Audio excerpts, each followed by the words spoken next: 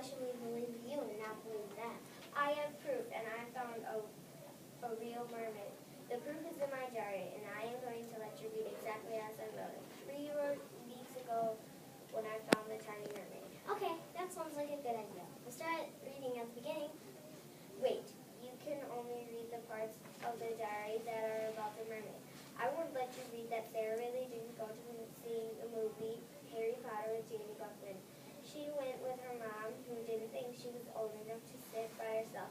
And I am definitely not going to let you read about Super questioned Sybil when she fell off her little sister's home. But didn't you just tell us all about those things? So don't think I'm leaving out something about those. There was Sybil and Sarah. When I asked you to skip some stuff, Okay, now let's begin at the beginning. Dear Diary, day 93. Sybil and Sarah are coming over today for our 3rd annual school picnic. Hey, you're here already. I'll write some more later. Dear Diary, day 93 later. You will never guess in a billion years what just happened. hey Sarah, hey Sybil.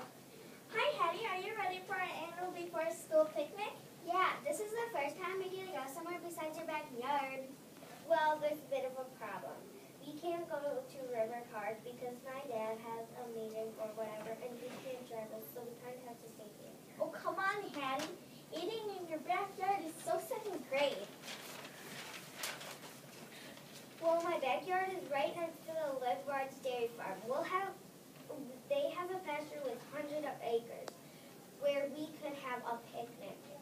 At the edge of the Lightbetter's pasture is a monstrous boulder called Crying Rock. They call it Crying Rock because water seeps down from the mountain and drips over the rock. It makes the rock look like it's crying.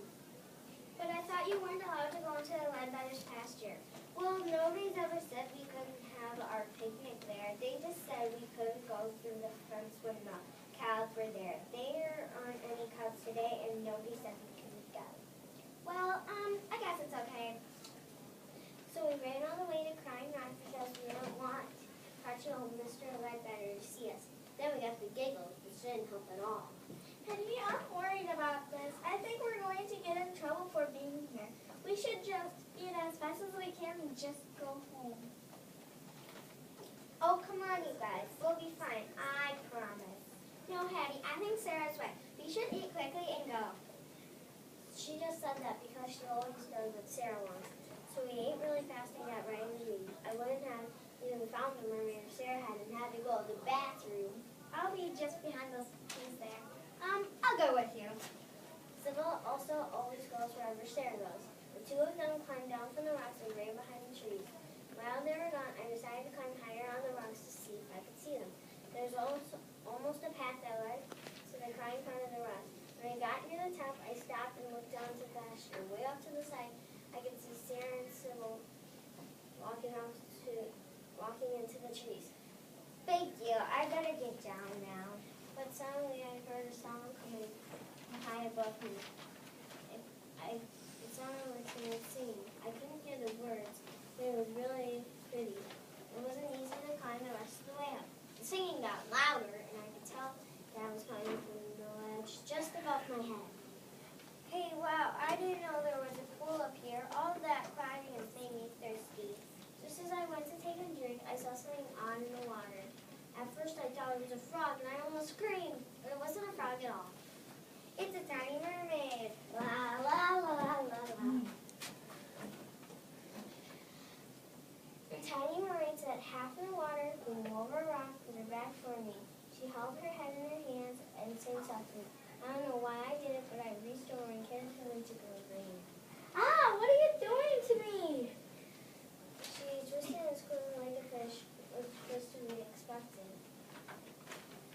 since she was half fish. I sat on my heels and looked at what I held in my hands. She looked at me and I looked at her.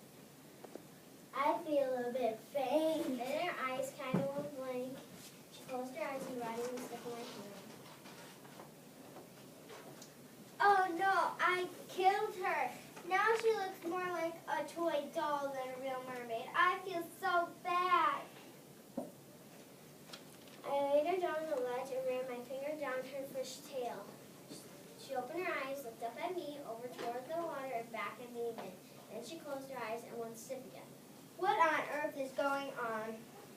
Hattie, where did you go? I'm up here, but I'm coming right down. Wait until you see this cool thing I found. I gripped the mermaid tightly in my hands.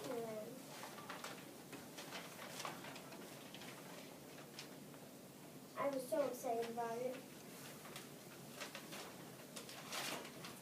Look, I found a 3-inch mermaid. I think she's asleep right now. She doesn't want to wake up. Oh, come on, Hattie. Anybody can tell that's just a stupid doll. We're going to tell everybody that you were playing with your dollies on our picnic, and when we caught you, you made up this story about finding a real mermaid. Sarah and Sybil moved liars and fibbers and tellers of untruths. Just that. But this is my group. Now she sits in a teacup beside my table. I just turned some doll clothes and they fit her perfectly. She doesn't even need jeans or anything. Well, if you still have the tiny mermaid, why can't we see her? That's the problem. Every time I showed her to someone, she goes stiff like a doll. I'm not sure that helps us believe you. I think I'll get my dad's video camera and make a movie. Everybody believes movie almost as much as they believe what they read in diaries. I'll believe it when I see it.